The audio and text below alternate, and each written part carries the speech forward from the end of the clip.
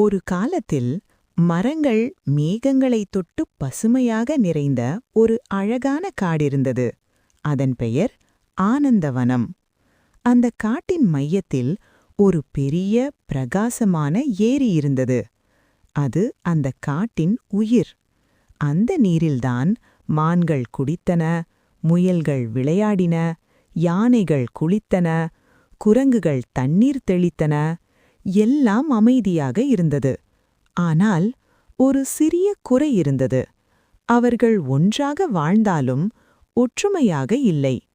ஒரு நாள் காட்டின் அரசன் சிங்கம் வீரசேகர் ஒரு பெரிய கல்லின் மேல் நின்று அனைவரையும் அழைத்தான்.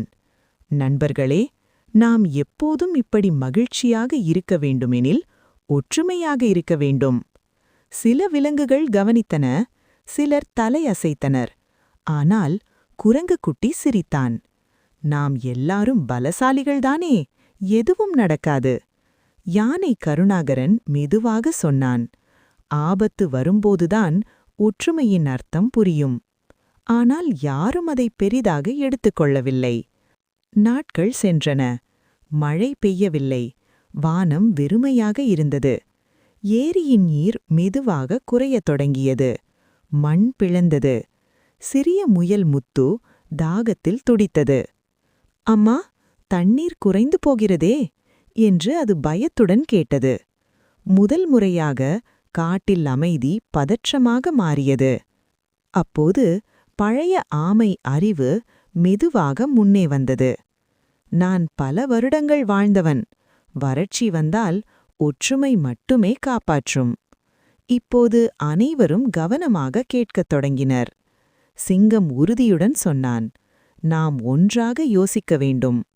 யானை கருணாகரன் நினைத்துப் பார்த்தான். வடக்கில் ஒரு பழைய ஆறு இருக்கிறது. அதன் பாதை அடைந்து போயிருக்கலாம். நாம் அதை திறந்தால் நீர் திரும்பி வரும். ஒரு நிமிடம் அமைதி. பிறகு அனைவரும் ஒரே நேரத்தில் தலையசைத்தனர். அந்த நாள் காடு மாறியது. யானைகள் பெரிய மரக்கிளைகளை தள்ளின, மான்கள் கற்களை நகர்த்தின, குரங்குகள் மரங்களிலிருந்து குதித்து கிளைகளை அகற்றின. சிறிய முயல் முத்து கூட சிறிய பாதையை தோண்டத் தொடங்கியது. முதல் முறையாக பெரியவன் சிறியவன் என்ற வேறுபாடு இல்லை. அனைவரும் ஒரே நோக்கத்தில் உழைத்தனர்.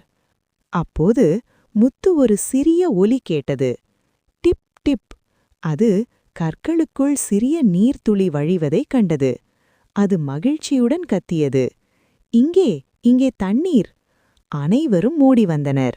யானைகள் கற்களை தள்ளின. ஒரு கணம் அமைதி. பிறகு திடீரென நீர் ஓடத் தொடங்கியது. ஏரி மெதுவாக நிரம்பியது. மான்கள் குதித்தன, குரங்குகள் கைத்தட்டின, யானைகள் மகிழ்ச்சியில் தும்பிக்கை உயர்த்தின. சிங்கம் பெருமையாக பார்த்தது. காடு மீண்டும் உயிர் பெற்றது. குட்டிக் குரங்கு அமைதியாக முத்துவை பார்த்தான். நான் தவறாக நினைத்தேன்.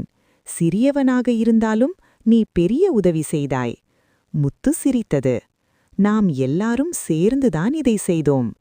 அந்த வார்த்தைகள் அனைவரின் மனதையும் தொட்டது.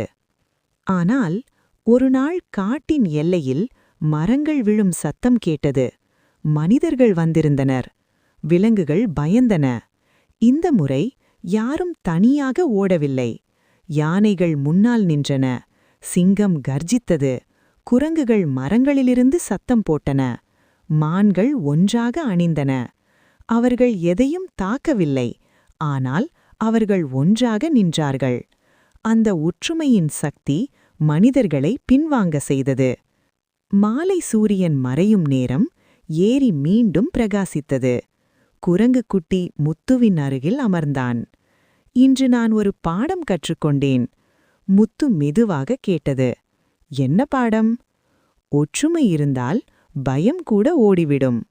யானை கருணாகரன் மெதுவாக சொன்னான், சிறியவன் பெரியவன் இல்லை, ஒவ்வொருவரும் முக்கியம். சிங்கம் வானத்தை நோக்கி பார்த்தான். இந்த காடு இப்போது உண்மையாக ஆனந்தவனம். அந்த நாளிலிருந்து அவர்கள் ஒவ்வொரு முடிவையும் ஒன்றாக எடுத்தனர். நீரை பாதுகாத்தனர், ஒருவரையொருவர் மதித்தனர். காடு மட்டுமல்ல, அவர்களின் இதயங்களும் நிரம்பின. நாம் ஒன்றாக இருந்தால் எந்த சவாலும் நம்மை வெல்ல முடியாது.